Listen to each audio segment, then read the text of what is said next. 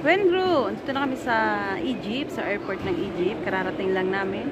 It's 7 past 7. Dito na kami sa hotel. Saan ba to? Ano ba tong hotel na to? Hindi ko rin alam eh. Roxy ba yun? Roxy.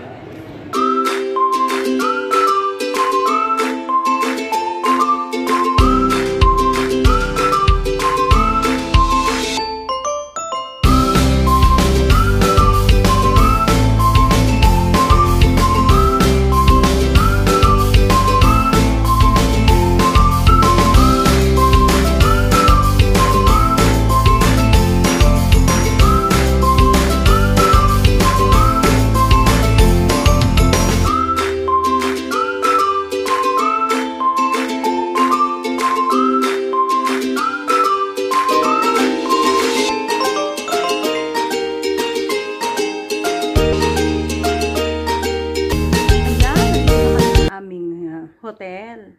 Kasi 5:30 sarado na yung mga swimming pool, pati yung dagat. Parang kaming nilitsyon. Yeah, first day namin dito. Good luck sa mga natitirang araw. Ngayon eh, medyo mapusyaw pa yung kulay namin. Sa mga susunod na araw, ewan ko na lang.